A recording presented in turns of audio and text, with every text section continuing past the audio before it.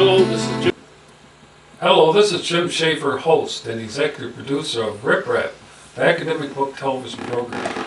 My guest today is Randal Baier, once again, and we're going to talk about some interesting books, including The American Academic Profession and Rose Spartan.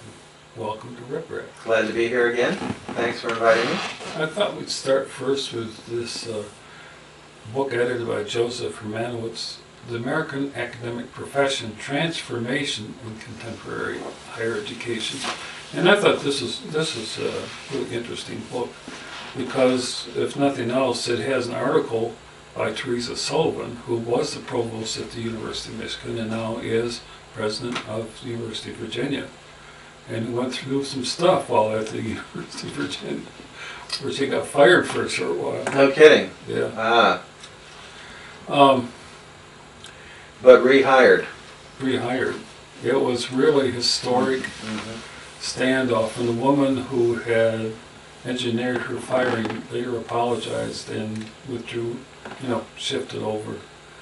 But it was an interesting thing in terms of, being a president. Being a president these days of an institution of higher education is very stressful. And this book has got some interesting things, included by Gary Rhodes, on whose educational space negotiating professional jurisdiction in the high-tech academy.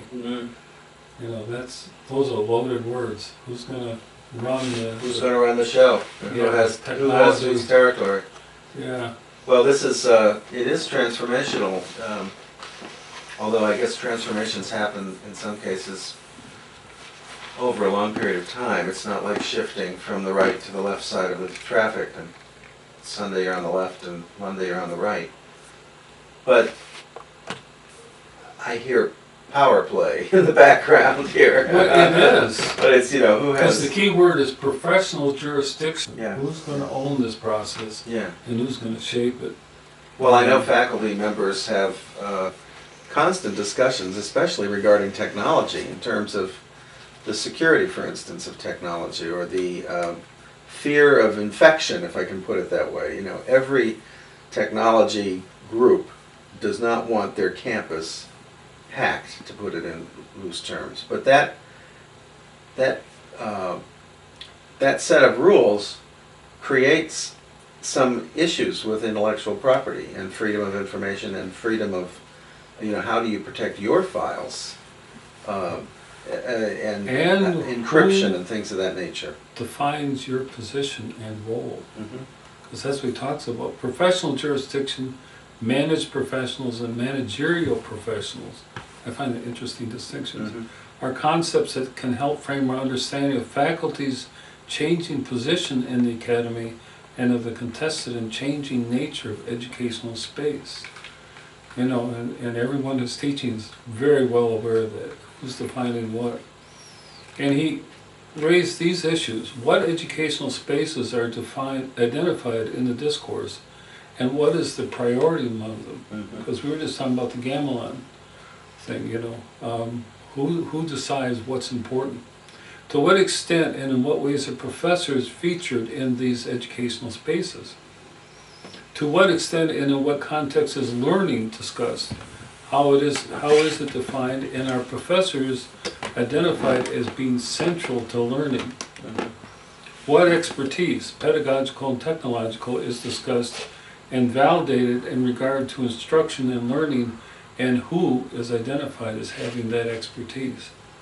To what extent and how are new instructional technologies featured in educational spaces and in learning? Well, that's a big question. I mean, that's one that interests me, because in order to, I can give you very mundane examples that touch on the deeper questions. A lot of people at my institution are trying to deal with iPads in the classroom, mobile technology in the classroom.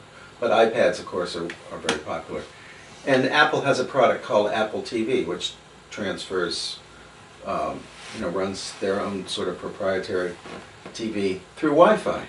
But there are rules, institutional rules, about Wi-Fi.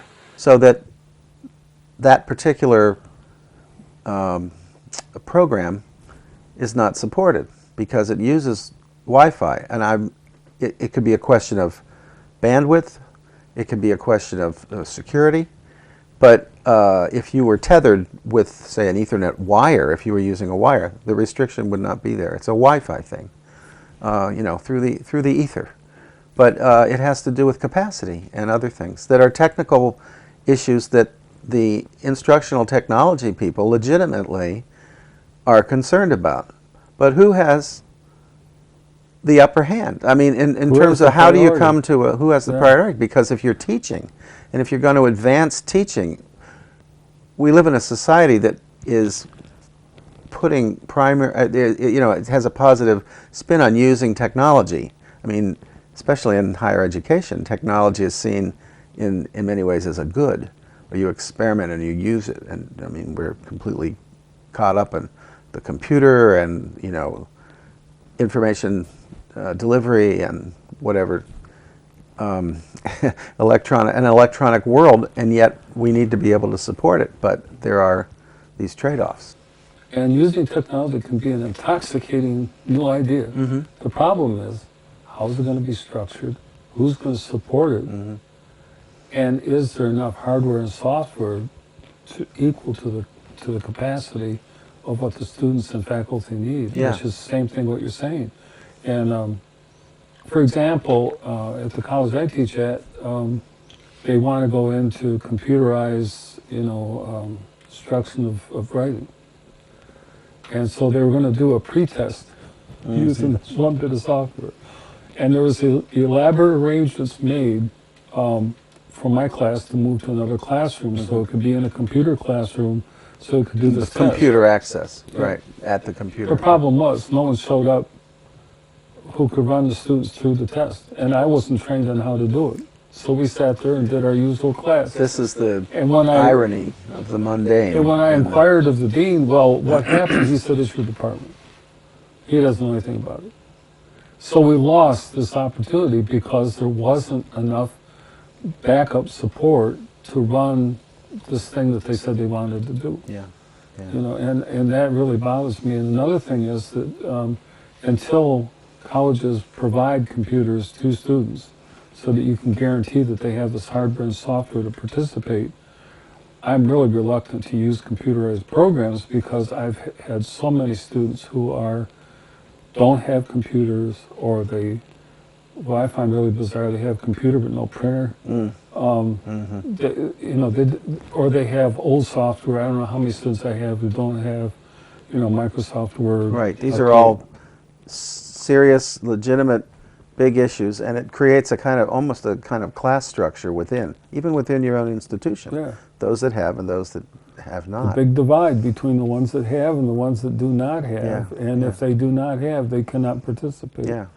But another point that he's pointing about who's educational spaces, he talks about all these stakeholders like AAUP, American Association of University Professors, like the AFT and NEA.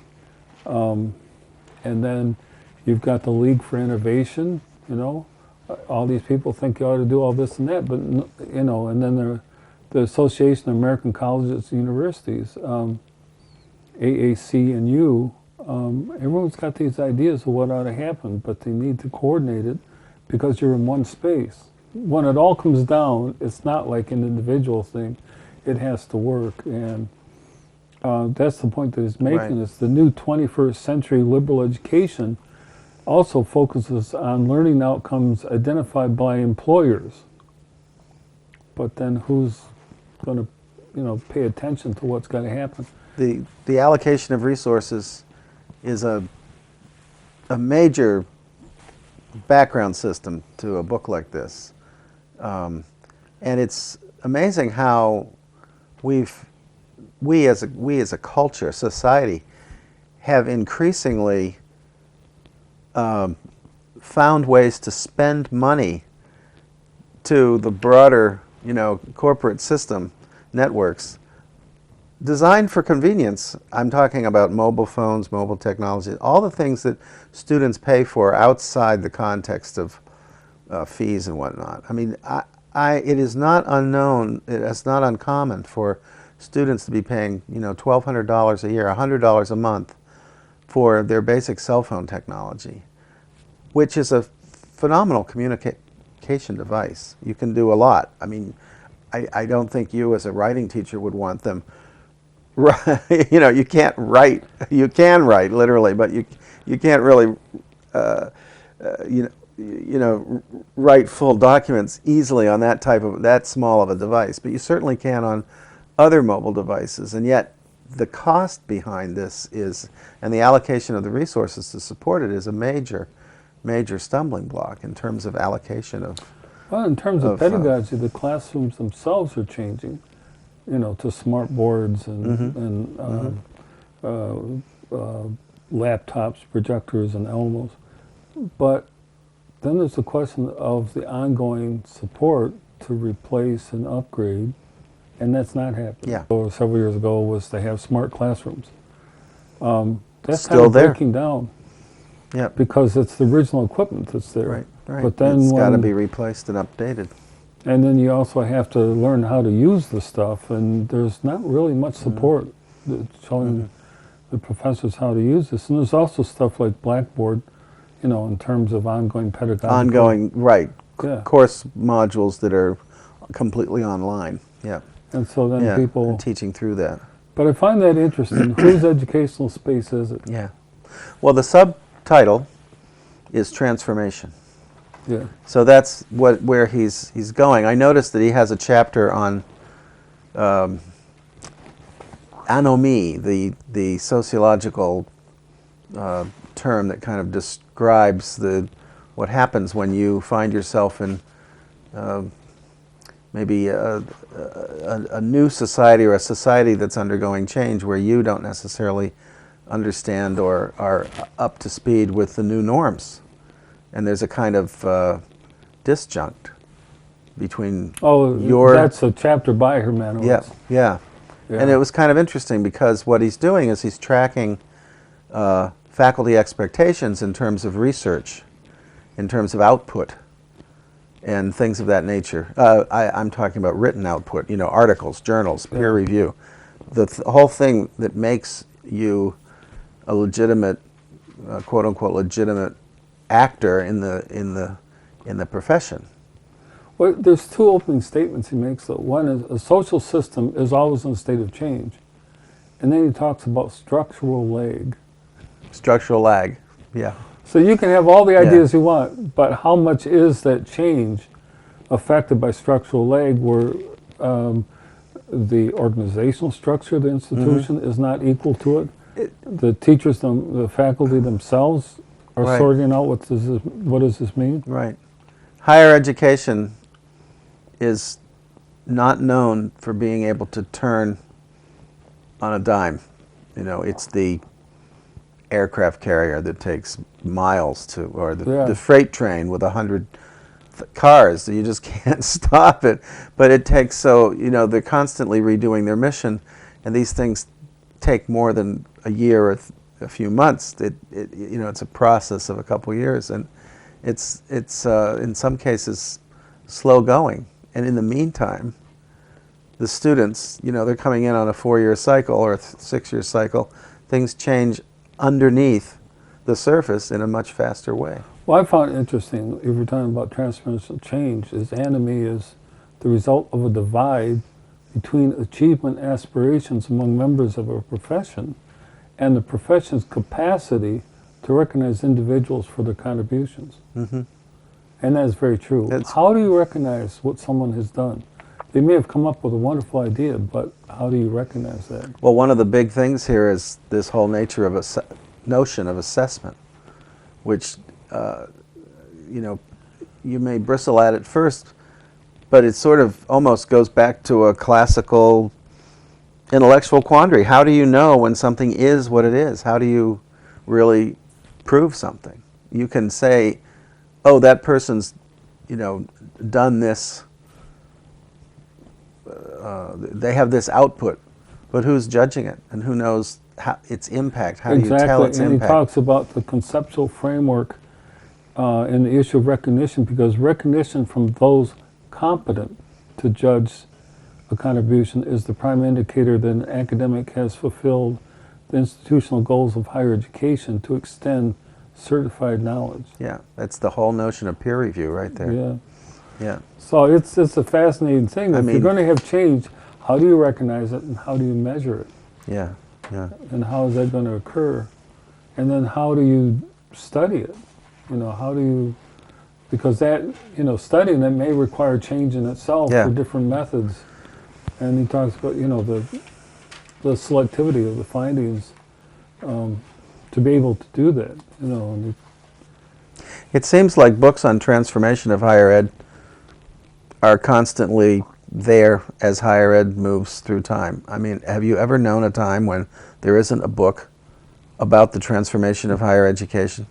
Every year, it's like you look back at books that maybe transformed education, and especially in sociological terms, the impact of universities or academic work on society, or how academia reflects society and maybe mimics it or changes it. There's always been somebody writing about this issue. well, there's these other things. He talks about anime in terms of career stage, organizational type. I think anime is more and like angst scholarly at the field. total angst. I had a dean recently talk to me about what level of articles were suitable for an assistant professor versus those that were suitable for an associate professor versus those that would be Ouch. suitable for a full professor.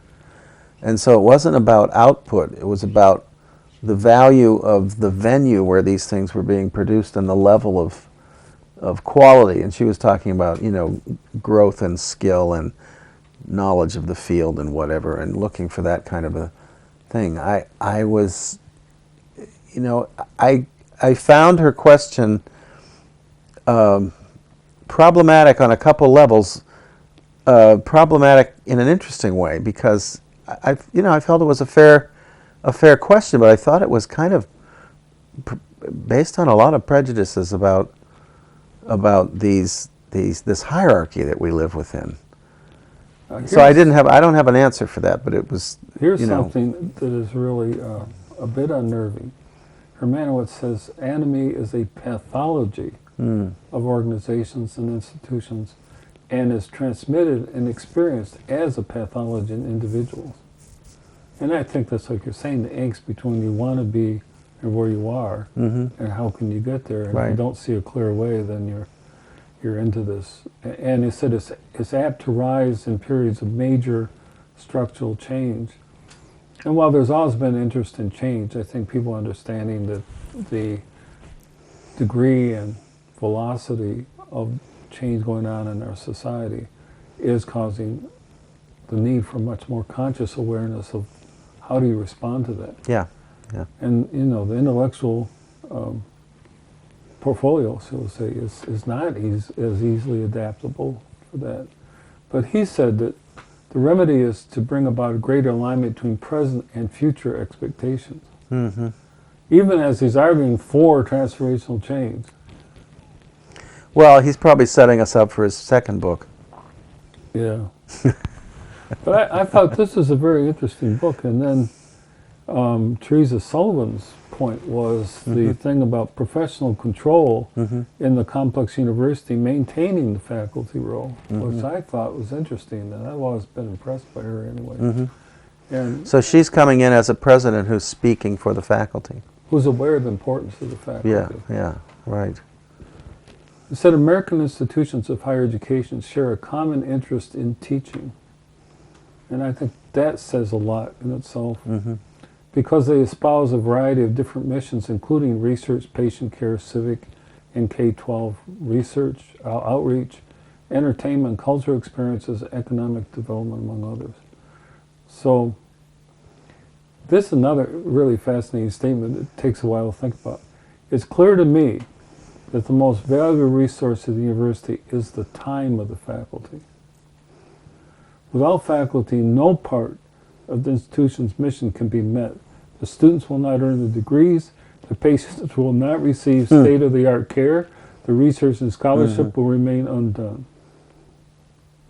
And without question, the members of the faculty are, by and large, very generous with their time, with few of them working as little as 40 hours a week. I think that's a big point. That It's one thing that I think a lot of people do not understand about academic work,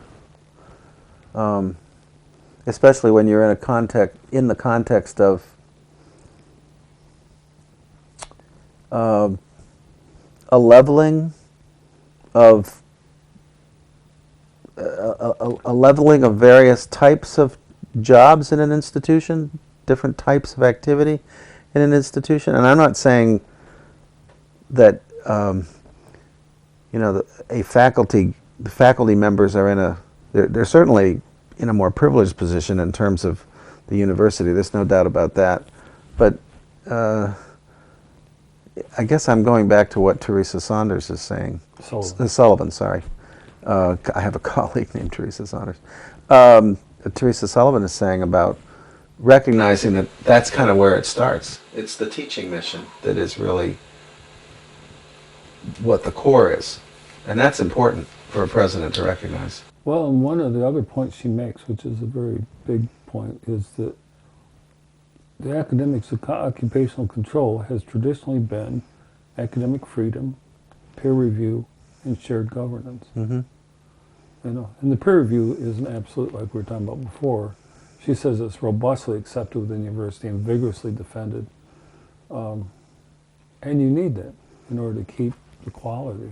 Well, if you believe in truth, something's got to have something. Well, on another level too, Jim. I mean, the peer review in an article of philosophy, that's fine. But when you're talking about the process of the way the heart works, or what's going to happen when you use certain drugs, you need, in terms of medical peer review, and obviously there have been mistakes, it's not 100%, but you really need that when it's a life and death matter. Another point she makes, which I think we can never forget, is that all professions today face potential deprofessionalization. And what does she mean by that? Well, she says the great democratization of knowledge through the internet threatens professional monopolies on knowledge. But from the reaction of my students when I require academic sources, they really are unaware of anything else than what's on Google and the web. They're totally undone when I won't allow them to use that kind of information. But then there's, I think, the deprofessionalization, thinking, well, we really don't need those people studying all that stuff. We can get it on Google. Yeah, I think maybe the comment about professionalization is a long-standing difference of opinion about functional work versus, I don't know, for lack of a better word, thinking work. Not that lawyers do not do a lot of, academic backup, and doctors, whatever, but it's more a functional approach. Maybe that's the grain that's underneath here when she says we're in danger of being professionalized. Deprofessionalized. Deprofessionalized. Yeah, I think that's what she's pointing out is, just like I said, if you can get on Google, what's the need for all the hoopla? Right. And I've taken students who used web sources, and then I worked with them getting academic sources and showed them the difference, and they're astonished. Because people spend their lives studying something, have such a deeper and broader understanding of what's going on than someone who's writing their flip-off on the internet. Right. Okay. So I was off on a tangent on the professionalism. I was on the wrong area. It's really true.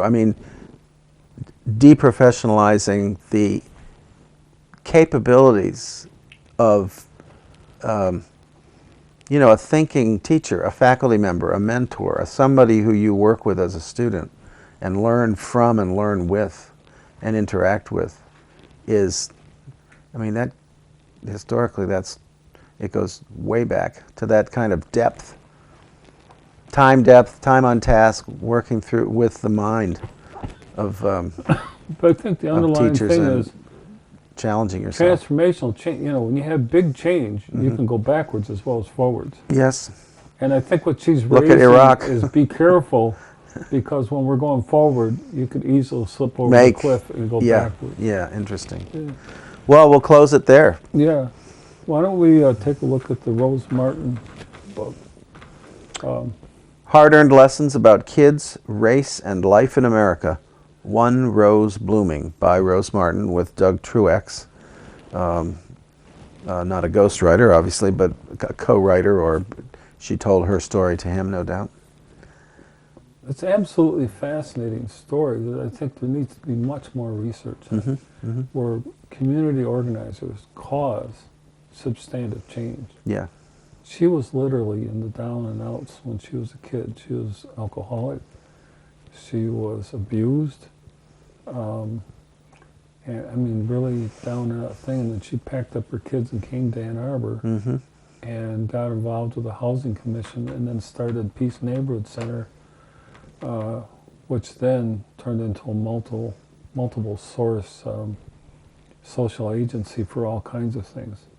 And I remember some stuff about Rose, which was in Ann Arbor, there's a lot of drug use in the low-income housing. And she wanted the police to go in there, and they didn't want to go in there because it was that violent. And she essentially shamed them into doing that, and they were furious at her. But there were people being held at gunpoint. There were robberies. There were all kinds of drug issues going on, you know. And it was just out of control. It was like a no man's zone. And she got it straightened out and paid the price. I mean, you know, and I've known a lot of people. I mean, at one point I was the head of this group at a church that dealt with, you know, funding programs. Yeah.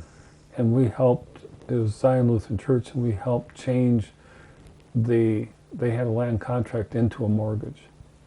And because they and another church. You mean, are you talking about the Peace Neighborhood Center? Was started off a land contract with a balloon payment in 5 years. And because, you know, just getting it going. And everyone agreed it was a good deal, but, you know, funding it was something else. And by that point, she was, the center was really serving fundamental needs. Well, we've come to the end of this program. Well, thank you. Yeah, this was an interesting series of topics. Thank you for being on Rip Rap. You're welcome. Again. Yeah, glad to be here. Look forward to the next time. Yeah. More surprises. More surprises. Yeah.